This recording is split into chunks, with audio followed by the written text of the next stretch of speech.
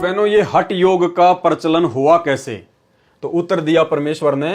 श्री देवी पुराण Gita press Gorakhpur से प्रकाशित सचित्र मोटा टाइप केवल हिंदी तीसरे स्कंद में पेज नंबर 113 और 116 पर लिखा है कि अपने पुत्र नारद के सृष्टि उत्पत्ति संबंधी प्रश्न का उत्तर देते समय श्री ब्रह्मा जी ने बताया कि जिस समय मेरी उत्पत्ति हुई, कौन कह रहा है? ब्रह्मा जी। मैं कमल के फूल पर बैठा था, चारों ओर केवल समुद्र का जल था और कोई वस्तु दृष्टिगोचर नहीं हो रही थी। अब देखो भाइयों और बहनों, बहुत सारी बातें हैं। ये जितने भी साधु संत महात्मा आचार्य शंकराचार्य हैं, यानी संत रामपाल जी भगवान के तत्व ज्ञान से अपरिचित जितने भी व्यक्ति हैं, ब्राह्मण हैं, संत हैं, इन सब का यही मानना है कि श्री ब्रह्मा जी ही सृष्टि को उत्पन्न करने वाले हैं। जबकि श्री देवी पुराण में साफ साफ लिखा हुआ है पेज नंबर 113 और 116 पर ब्रह्मा जी स्वयं अपनी उत्पत्ति के विषय में क्या बता रहे हैं। श्री ब्रह्मा जी ने बताया कि जिस समय मेरी उत्पत्ति हुई, मैं कमल के फूल पर बैठा था, चारों ओर केवल समुद्र का जल ही जल था। अब यदि ब्रह्मा जी ने सृष्टि रची है तो ब्रह्मा जी तो खुद कह रहा है कि मैं तो कमल के फूल पर बैठा था जब मेरी उत्पत्ति हुई, चारों ओर जल ही जल था, समुद्र था। तो ब्रह्मा जी से पहले वो कमल का फूल और वो समुद्र किसने बना दिया? अगर ब्रह्मा जी ही सृष्टि को रचने वाला है तो सृष्टि को रचने वाला ही तो बनाएगा कमल का फूल और वो समुद्र। तो ब्रह्मा जी तो खुद कह रहा है कि जब मेरी उत्पत्ति हुई, जब मैंने आंखें खोली, तो मैं तो कमल के फूल के ऊपर लेटा हुआ था, बैठा हुआ था, चारों ओर जल ही जल था। तो भाई वो जल किसने बना दिया? वो कमल का फूल किसने बना दिया?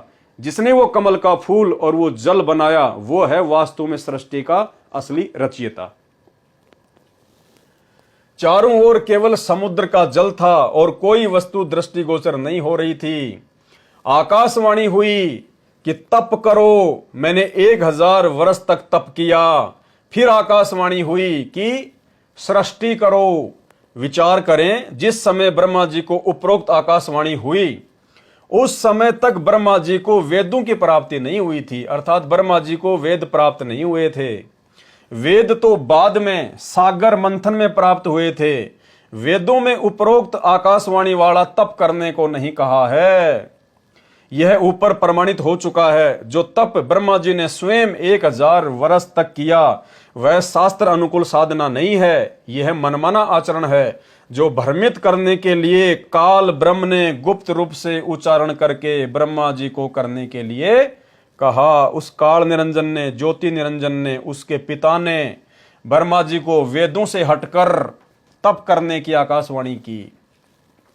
श्री ब्रह्मा जी को वेद प्राप्त हुए, वेदों से ओम नाम जाप के लिए चुन लिया। बाद में जब श्री ब्रह्मा जी को वेद प्राप्त हुए समुद्र मंथन के दौरान, तो ब्रह्मा जी ने देखा कि वेदों में तो कहीं कोई तप करने का जिक्र नहीं है। यजुर्वेद अध्याय 40 मंत्र 15 से ओम मंत्र लिया गया, इसमें तो केवल एक ओम मंत्र का जाप कहा गया है। वेदों में वर्णित यज्ञों से एक हवन यज्ञ चुन ली, इसी का अनुष्ठान अधिक करने लगे, जबकि 5 यज्ञ करने से पूर्ण लाभ होता है। कौन सी 5 यज्ञ? जो 5 यज्ञ हमें वर्तमान में पूर्ण परमात्मा सतगुरु रामपाल जी परमेश्वर जी ने दी है। जैसे कार 4 पहियों से चलती है, एक पहिया निकाल कर लिए फिरने वाला ये कहे कि ये कार गाड़ी है, तो उसकी बुद्धि के स्तर को आसानी से समझा जा सकता है। इसी प्रकार उन ऋषियों के ज्ञान को जानकर उनके द्वारा की गई साधना को जाना जा सकता है। सतयुग से लेकर आज तक के ऋषिजन ब्रह्मा जी द्वारा बताया हठ योग द्वारा ध्यान, दूसरे शब्दों में मनवाना घोर तप करते रहे, जिस कारण से उनको परमात्मा प्राप्ति नहीं हुई। उनके द्वारा किया गया हठ पूर्वक घोर तप आज तक ध्यान यज्ञ नहीं है। कुछ साधक कहते हैं कि एकांत स्थान पर बैठकर आंखें बंद करके या खुली रखकर मन को सिर के ऊपर के भाग के नीचे केंद्रित करने की कोशिश करें और अंत में विचार शून्य हो जाओ। मन किसी भी वस्तु या विचार पर केंद्रित न रहे, कोई संकल्प विकल्प न उठे। अंत में यह विचार करें कि मैं आत्मा हूं, यह शरीर मैं नहीं हूं, मन भी मैं नहीं हूं। सिर के ऊपर के भाग में सिमट जाओ, जिसको ब्रह्मांड कहते हैं। कुछ कहते हैं कि ध्यान की अंतिम अवस्था में केवल एक ही विचार रह जाता है कि मैं ब्रह्म हूं, अहम ब्रह्मास्मि। विचार करें, ध्यान का अर्थ है कि अपने मन को किसी वस्तु पर केंद्रित करना। जैसे कभी कभी हम कहीं दूर स्थान पर खड़े अपने किसी प्रिय मित्र को देख रहे होते हैं, यह जानने की कोशिश कर रहे हैं कि लगता है वह मेरा मित्र ही है। उस समय उसके आगे से कई व्यक्ति तथा मोटरसाइकिल आदि चले जाते हैं, परंतु उसका ध्यान केवल अपने मित्र की पड़ताल करने में लगा होने के कारण अन्य को नहीं देख रहा होता है। यह ध्यान की वास्तविक स्थिति है। जैसे कभी कभी हम किसी बात का चिंतन कर रहे होते हैं और सड़क पर खड़े होते हैं, बस ने आकर वहीं रुकना होता है जहां हम खड़े चिंतन कर रहे थे। गाड़ी हारन भी देती है लेकिन हम सुन नहीं पाते। अन्य व्यक्ति हाथ पकड़कर सचेत करता है कि एक तरफ हो जा, गाड़ी के लिए रास्ता छोड़ दे। यह ध्यान की वास्तविक स्थिति है।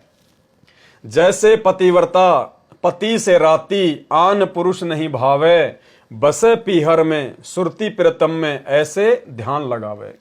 जैसे पतिव्रता स्त्री अपने मायके चली जाती है तो उसका ध्यान अपने पति में ही रहता है। उसे प्राप्त सुख को रह रहकर चिंतन करती रहती है, सोचती रहती है कि कभी क्रोध नहीं करता, मेरा कितना ध्यान रखता है, कहते ही सारी वस्तु लाकर दे देता है, कितना सुंदर है, अब क्या कर रहा होगा, आदि आदि अपने पति के गुणों का चिंतन करके मस्त रहती है। उस लड़की के उस चिंतन को ही ध्यान कहा जाता है, असली ध्यान। अन्य उदाहरण, एक समय एक युवती अपने पति का चिंतन करती हुई जा रही थी। एक स्थान पर एक मौलवी साहब चद्दर बिछाकर नमाज कर रहा था। लड़की अपने होने वाले पति प्रेमी से मिलने जा रही थी। वह रास्ता त्याग कर किसी शीघ्र जाने के लिए जंगल से गुजर रही थी। उस लड़की का पैर मौलवी जी की चद्दर पर रखा गया। मौलवी जी ने नमाज छोड़कर लड़की को धमकाया कि तुझे दिखाई नहीं देता, मेरी चद्दर पर पैर रखकर अपवित्र कर दिया। लड़की ने उत्तर दिया कि मौलवी जी, मैं अपने प्रेमी पति के ध्यान में खोई थी, मुझे तो पता ही नहीं चला कि मेरा पैर आपकी चद्दर पर टिक गया। आप अपने अल्लाह से सच्चा प्यार नहीं करते, आपका ध्यान अल्लाह में नहीं चद्दर में था। आपका ध्यान सही होता तो मेरे पैर का पता ही नहीं चलता। इसको कहते हैं ध्यान।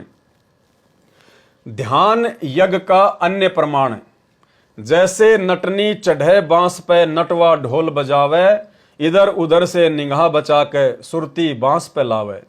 भावार्थ है कि कौतुक दिखाने वाला नट तथा उसकी पत्नी नटनी खेल करते हैं। एक लगभग 8-9 फुट लंबा बांस नटनी हाथ में लेकर एक सिरा जमीन पर रखकर खड़ी हो जाती है। उसका पति ढोल बजाता है। नटनी बांस के ऊपर चढ़ने लगती है। नटनी का ध्यान ढोल की आवाज पर नहीं होता और न ही आसपास खड़े खेल देखने वालों पर होता है। इसका पूरा ध्यान बांस पर लगा होता है। यदि नटनी का ध्यान जरा सा भी बांस से हट जाए तो धड़ाम से पृथ्वी पर बांस सहित नीचे गिरे, अपने खेल में सफलता प्राप्त नहीं कर पाएगी। खेल देखने वाले लोग तालियां बजा रहे होते हैं, फिर भी नटनी इनके शोर को नहीं सुनती। उसका ध्यान केवल बांस पर ही रहता है। इसी प्रकार परमात्मा के गुणों का चिंतन ध्यान यज्ञ कहलाता है। यह वास्तविक ध्यान यज्ञ है। यानी हम जो अपने गुरुदेव भगवान का चिंतन मनन करते हैं, अब हम जो ये वीडियो बना रहे हैं, अपने गुरुदेव के द्वारा किए गए सरलार्थ को हम पढ़ रहे हैं, समझ रहे हैं, तो ये परमेश्वर जी के चिंतन में आता है। ये हमारा ध्यान हमारे गुरु जी के प्रति समर्पित हो रहा है। इसको कहते हैं वास्तविक ध्यान।